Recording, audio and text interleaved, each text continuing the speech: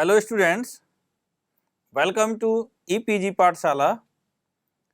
I am Dr. Rajesh Gautam from Dr. Hari Singh Gaur Vishwavidyalaya Sagar, Madhya Pradesh, and today I am going to discuss with you about the module entitled Marriage Rules and Marriage Payments under the paper entitled Social Cultural Anthropology. So, let us first we come to know the objectives of this module. In this module, you will know about various rules governing the institution of marriage with examples from different communities. I will also provide an informative background about the prevalence of the payments in marriage. You will also know an anthropological outlook on social characteristics and the occurrence of marriage payment. And lastly, you will come to know detailed knowledge on prevalence of bride price and dowry. So, let first we come to the introduction part of this module. As you know, marriage is a universal institution evolved to governing sexual relationship and procreation of children which vary from society to society. Social institutions like marriage are defined by social functions. Each culture provides rules which explicitly define which individual have access to which other. This explicit rule reduce conflict and anxiety and tend to channel sexual energy as well as legitimize childbearing. Despite worldwide variation in marriage pattern, marriage as an institution is universal to all cultures. Why do you suppose some form of marriage transaction is present among all people? One apparent reason is that humans throughout the world have to deal with the potential conflict surrounding access to sexual relations. It is clear that this issue causes anxiety to people. Competition for access to sexual relation is in itself universal. It is therefore logical to assume we should see a universal need for cultures to have a specific transactions, contracts which clarify and define these sexual issues so as to smooth the way for our group existence. Each culture provides rules which explicitly define which individual have access to each other. These explicit rules reduce anxiety and conflict among the individuals. Let us now come to know logic behind marriage rules. Why do all cultures have some rules or prohibitions relating to marriage? One factor is the biological inbreeding disadvantage and promiscuity. People now have realized that children of close relatives often have physical defects and abnormalities common in the family, and so incest prohibition amount to primitive eugenic codes. Second biological based explanation says that close family members have an instinctual repulsion towards incest, and the social taboo merely reflects this natural response. However, if it were instinctual, there would be no need for the taboo and incest would never occur. As a third factor, we can point to the advantage of the social alliances between families or clans that result when marriages within families are prohibited. One can imagine that over the millennia, the groups that had forbidden their sons and daughters to marry each other and that sent them off to another groups would have long term advantages over groups that did not allow this course. They would have a ready made basis for political, economic, and military alliances. A fourth factor and more subtle social theory holds that incest laws prevent social role conflicts that might be caused by marriage between core relatives. Thus, the relation of parent to child or brother to sister might be in conflict with the relation of husband to wife. So, societies make sure that no one is both parent and spouse another person. Every culture has some specific incest prohibition designating some kin relationship for which marriage or sex is forbidden. Incest prohibition and rules of exogamy are similar in which both work to prohibit certain kinds of relationship. Incest rules over both marriage and sex and specifies certain kin relationship. However, exogamy rules concern marriages only. The most commonly prohibited relationships are those between direct lineal kin, for example, parent and children, and between siblings. Even in this case, there have been some exceptions. The royal families of certain kingdoms like Hawaii, Egypt, and others were considered so sacred and separate from the ordinary people that brothers and sisters, more commonly half brothers and half sisters, could only marry each other so as to marry anyone else would be too polluting. Now let's we come to know rules of marriage. Marriage controls and regulate sexual behavior, descent and inheritance also contribute to universality of marriage. Human beings control the society through prescribed rules and regulations. Marriage gives security to children. It also facilitates balanced upbringing. It promotes organic solidarity, enabling cooperation.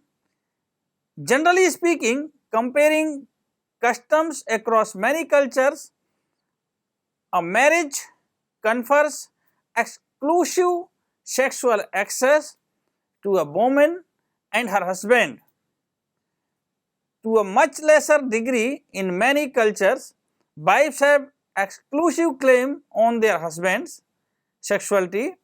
This issue is often greatly complicated by the coexistence of quite conflicting norms, especially for men.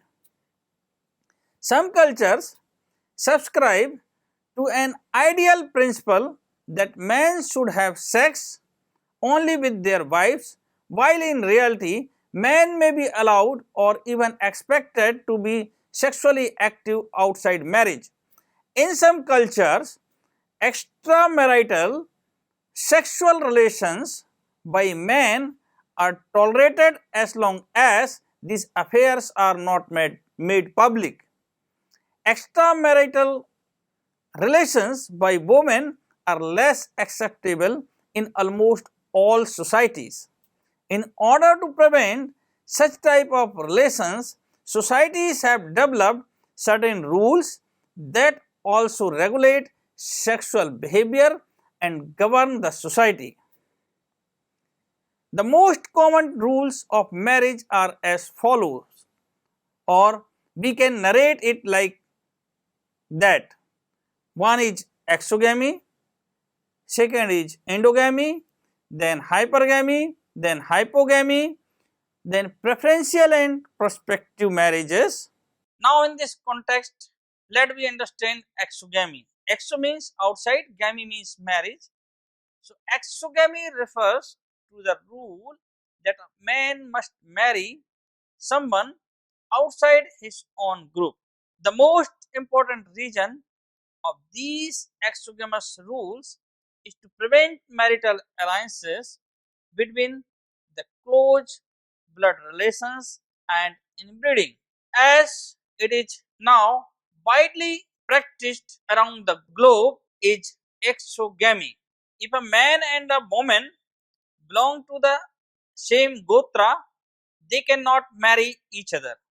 Howell defined exogamy as the social rule that requires an individual to marry outside a culturally defined group of which he is a member. Malinowski assumed that exogamy is the prohibition of marriage between members of one descent group clan, which is explained in incest taboo. Such rules is reported among many Indian population as well as tribes like Gond, Bega, Ho, Orao and others. Endogamy refers to the rule that a man must marry someone within his own social group, that is caste or tribe. The endogamous rule is to maintain marital alliances between the close blood relations, for example, caste, religion, or tribe. So, in this way, there are two forms of marriages. One is called exogamy and another is endogamy. In exogamy, one have to marry avoiding the close relatives and kin or clan members, whereas in endogamy, one has to marry within his own caste, religion, or tribe. In case of endogamy, marriage cannot take place between the two persons if they do not belong to same caste, religion, or tribe. Howell defined endogamy as the social rule that requires an individual to marry within a culturally defined group of which he is a member. Mostly, this results in conservation of property relations, retention of services, and avoidance of external social bonds.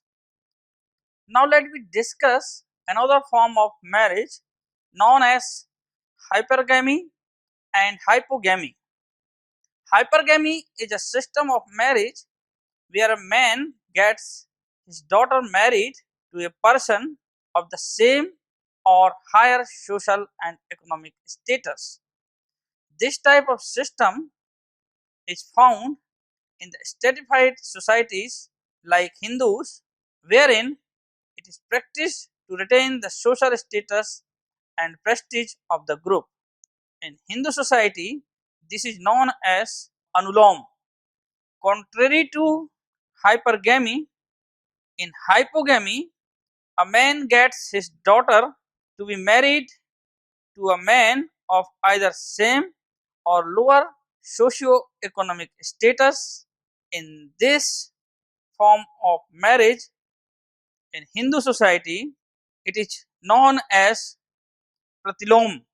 Pratilom or hypergamy refers to intercaste marriage which are not approved socially. Now let's we come to know preferential and prospective norms of marriages. When individuals or family select spouses, some type of person are ruled out or disapproved of, while others are thought to be particularly appropriate, either because a preference exists in favor of such marriages or because the persons concerned are already related in a particular prescribed way. Marriage preferences are found in all societies, but prescriptions are confined to those exhibiting what Levi-Claude-Strauss called elementary structures of kinship. Many elementary structures involve cross-cousin marriage. Levi-Claude-Strauss was trying to explain the widespread preference for marriage among first cousins. Elementary structures are not just unusual strong preferences for marrying specific close relatives, but global system of classification whereby perspective relationship terminologies divide up a person's entire kinship universe into marriageable and non-marriageable categories. Now let me discuss marriage payment. Marriage payment are broadly defined by which side pays as well as by recipient. Payments from the bride side to the couple via the bride are classified as dowry. Marriage payment from the groom's parents to the bride's parents are called bride price or bride wealth. Dear students, let's come to know the history of bride price. The custom of bride price dates back as far as 3000 BC. The ancient civilizations of Egyptians, Mesopotamians, Hebrews, and others used bride price. The Germanic tribe, who date from 2000 BC and ruled Western Europe from the 600 to 1000 BC, required bride price for marriage to be legal. A valid marriage contract in Islamic law required a form of bride price. Such transactions are associated with the Mehr of early Middle Ages, Bedouin tribe of Middle East, and countries previously under the Ottoman Empire such as Iraq, Syria, Egypt, Turkey, Iran, Albania, and Afghanistan. Dowry is also viewed as a daughter's inheritance received at the time of marriage. Goodey 1973 argues that in stratified societies, the wealth of couple become important and a daughter gets an inheritance as dowry to ensure the status of her husband. To explain the timing of inheritances, Botticini and Shaw 2003 argue that the crucial factor is how the son's efforts affect the parental estate, making the son the residual claimant on his parents' property by giving the daughter her inheritance at the time of marriage reduces the incentive problem. However, the primary reason for receiving an inheritance is still same as, which is increased stratification. The management of bride wealth and wife acquisition in African cattle herding society is fundamentally the management of two complementary forms of wealth. It is a complicated process that requires recognition of fertility rate of animal stock, the fertility rate of women, the typical age of marriage of women, and the level of bride wealth or bride price. Circumstances are very different for those Bedouin who use camel as bride wealth. In this case, the growth rate of stock is less than the rate of growth of human group, and the use of camel in bride wealth would impose further reductions in the growth of the herd. Hence, it is not rational to give a daughter in exchange for camels unless there are sufficiently compensating ancillary resources that may be accessed thereby. The commonly chosen option is to promote the marriage of daughters to close agnates who are a member of same herding collective with a special right to daughters by the father's brother's son. However, if a group has lost its camel due to disease or raiding, it may be willing to offer daughters for camel, but this is an indication of severe weakness. In societies with little material wealth and social rules requiring sharing, it is rarely possible to accumulate a bride price. As a result, such societies often have bride service instead, as seen among some Gaud and Begas. The groom agrees to work for his in-laws for a set period of time. Among the Anomamo and other lowland forest dwellers of South America, this type of service may go on for years, and among Anomamo men, the practice is more difficult as they are customarily prevented from speaking directly to their in laws and must avoid them. In most of the tribes of India, bride price, bride service is reported to be prevailing. Some of these tribes are Kharia, Ho, Juang, Orao, Gond, Bega, and so on. Now, let me come to know the dowry.